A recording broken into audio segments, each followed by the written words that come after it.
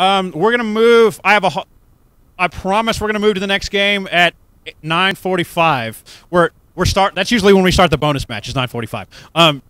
But I would like to anyone who wants to talk about Wave 8 to my viewers. Lambot says it's coming, and that's what he has to say. Anybody? We might just move on if nobody cares.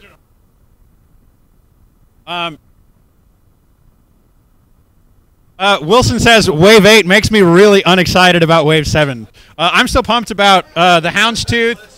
I'm excited about the Houndstooth and Twin Laser Turret. After that, the Punishing one, I'm going to be honest with you, that was like my #1 wish for the game after the Houndstooth. Like, I knew, like, it made sense for Bosk to be first. Bosk has a lot more at least, Bosk is a lot more famous, I would say.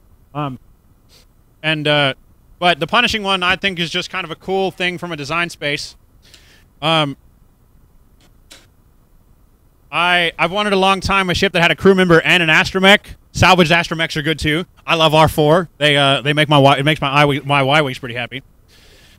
How about I really like that we're embracing docking mechanics, or like ships that deploy other ships, like the Houndstooth first with deploys the Nashtapup. And then we got the Gozanti, which is pretty tight. It not only does it dock with TIE fighters, it physically carries your TIE fighters out into the fray before it deploys them. I like to think that Bosk named his ship the Nastapup because his reptilian lips couldn't form the word for nasty. That would actually make a lot of sense. You know, Trandos and Wookiees don't have lips, so it's like Trandos are kind of slizzy, and then is basically all you can get when you can't move your mouth a whole lot.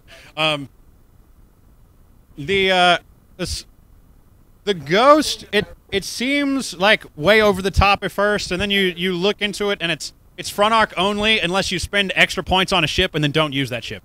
So you get a back arc, you get if you buy a turret, you get a second shot with the turret, and that's a big thing.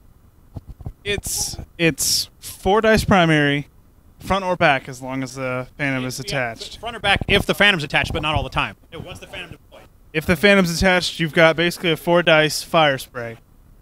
Then, at the end phase, every turn, with no drawback, you can fire a 360 shot. It's the first I mean, you have to have the Phantom docked, but it's the first ship that can just do that without something else having to happen first. Like, with Gunner's been around forever, you have to miss with the first shot for that to work. IG-88B is the same way. Corn Horn, he can attack twice in the same turn, then he can't attack the next turn. Well, I guess Y-Wings. Yeah, you're talking about Y-Wings. Yeah. Y-Wings can... So, I lied to you. I play Y-Wings all the time. I don't know what I'm talking about. But, I heard Alex Davies' interview, and then I was talking about what he was saying. Anyway, so it's... And the... No EPTs. The highest pilot skill is a PS7, which is good. She can rotate her dial. If she picks a green or a red, she can rotate her dial to another green or red, which is good. Allegedly, we don't know that's exactly what it is. I mean, we can see, if you do it on a high quality screen and zoom in, you can kind of see that. 2 crew members. R2-D2 is going to be a thing. It's going to be a very annoying thing. Well, we got to figure out what Chopper. I don't watch Rebels. I think it's Chopper. It's the little droid they have with them. So we got to figure out what that does. Off the top of my head, other crew members that can take advantage of 4 dice on both arcs. Tactician's going to be big. Tactician's big on everything these days. You're going to see... Well, with no evade dice, you might see stealth... No, that wouldn't make any sense. No evade, you won't see 3PO, which is exciting. So you may see a lot of R2-D2 just because you won't be able to use 3PO effectively. That's a fair... Like, you have to get a way to add an evade die. There might be there's a bunch of crew in there. In fact, Audio Weasel is talking about... He's excited for the crew abilities.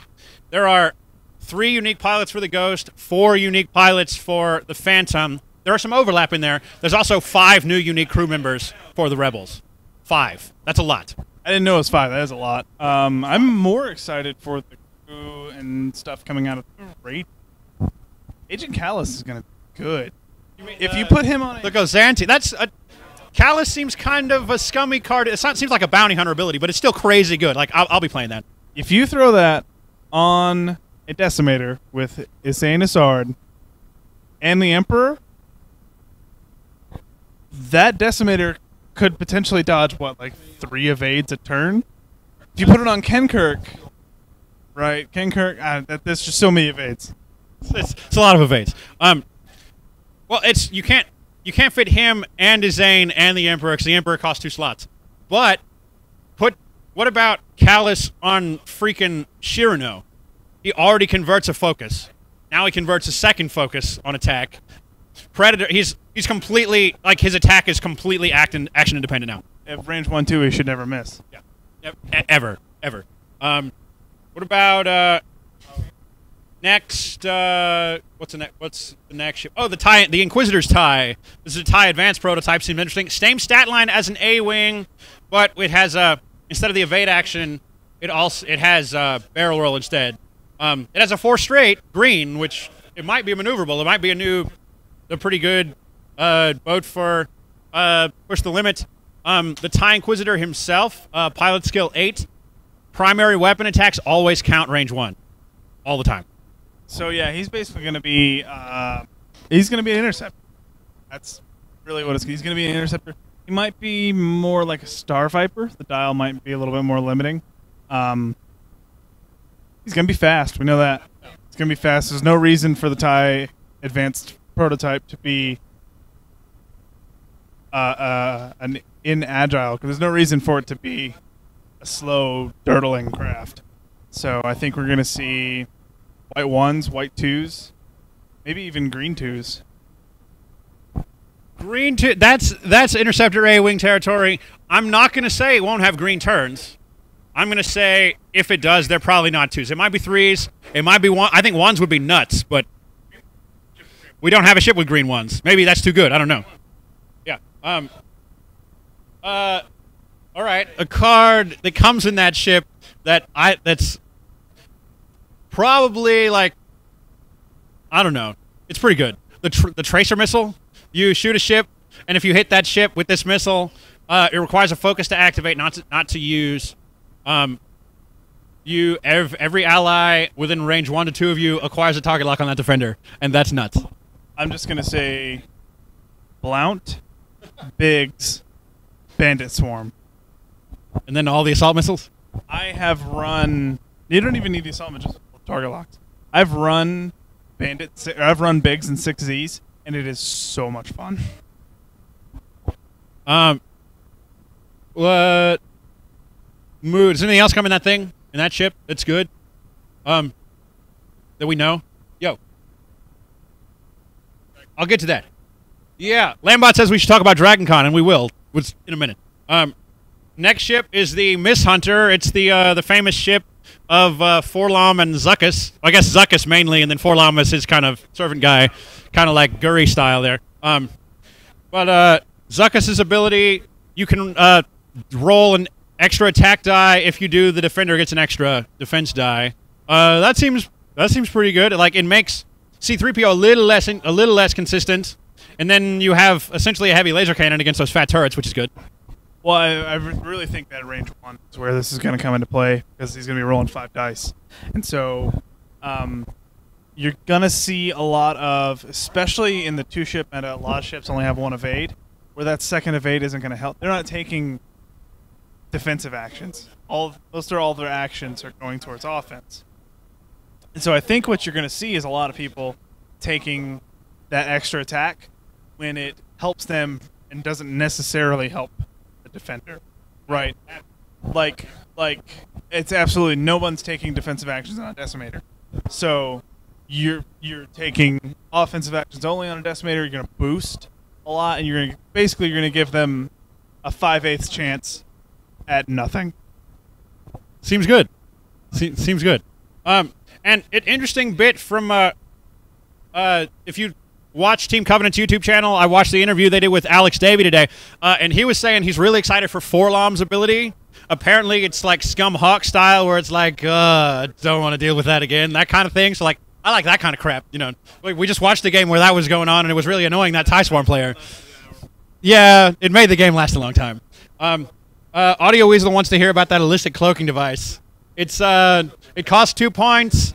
if you're cloaked during the in phase, you roll you roll an attack die, and if you get a focus result, it fails permanently. I think that's hilarious. It's kind of like janky tech you ripped off. It's awesome. It's definitely cobbled together, and it's not going to be game changing. I've come up with the third reason why it's not going to be game changing. The first reason is that obviously if you're not attacking, you're not winning.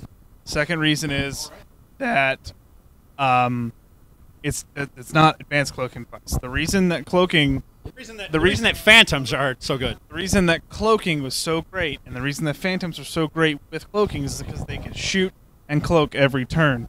Scum ships will not be able to do that, and so it's gonna have to be like a weird pick and choose moment. It's gonna be one of those times where you have to take an action to gain a bunch of defense, but that will go unmodified unless you've got a ship with push the limit.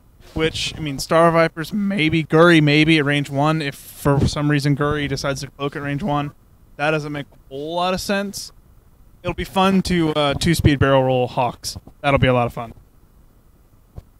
I agree with that. Is there another thing? I'm not going to spend a lot of time on it because we don't know what it does. We now have a tractor beam. It's a 3-dice attack that doesn't do any damage. It gives you a tractor beam token that we have no idea what it does. It's a tractor beam. Yeah, but it's a tractor beam. And then we got the punishing one. That's Dingar's ship. Dingar has a pretty sweet ability. If someone shoots you, then you can shoot back at them immediately, which is pretty awesome. And he has an astromech. That works really well with R4. Any thoughts on that ship in general, the stat line, anything? I have been waiting for a counterattack ability for a really long time. I've been waiting for 2 abilities. One ability is count every hit as 2 hits, and the other ability I've been waiting on is a counterattack. And Dingar got it, and it's awesome. I can't wait to use it. Dingar, white, 2 S-loop. He has a white 2-speed S-loop. He also has another thing. In the article, it says an asymmetrical maneuver dial. It might be read the other way, but hey, this is like he's a big base B-wing. It's something he gets to turn 45 degrees, and he's awesome. And he's pilot skill 9. And it's a turret. It's a 2-dice turret. It's 12 points to increase it. Lambot pointed out to me, you add the 12 points to Dingar. He's the same as Mangler Dash with Outrider. Same cost. 45 points. At PS9, you can still add fancy things to him, make him plenty destructive. I'm just saying, it doesn't have a system slot, does it? Because Advanced Sensors White 2K or 2 S-loop is insane. I don't think it does. Don't quote me on that. The Mist Hunter does have a system slot. I don't think that one does though. I think Ghost does too. What did I just say?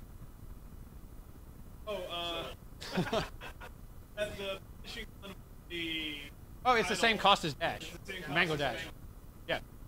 That was you, wasn't it? Well, all right, we're wasting time. Yeah, there. Also, it looks like we have Boba Fett crew. We have Dingar crew. There's a Gonk droid in there. There's some new astromechs. Pointed out on the forums, there's a lot of a lot more shield tokens than it has, and a lot of stress tokens. Maybe we're getting an astromech, or maybe the Gonk droid lets you overcharge your shield and just take a bunch of stress. That'd be good. And then counteract the durability because it only has 9 hit points, which is it's less than even Dash Rindar, but it's way less than Falcons and Decimators. Is it action or attack? Lambot is saying the turret in the dorsal turret in the Ghost it appears to say action. I'll have to double check. I don't know. That'd be awesome if it is. That'd be weird. Okay, but yeah, it's 9:45. These guys want to go home, so we're gonna. Thanks for your. Want to go home? Yeah. So I'm gonna take a picture of their lists here, and then we'll get some games going. What? What? Really? Oh shit! They're well, I just cursed, and then they already put their lists in here for me.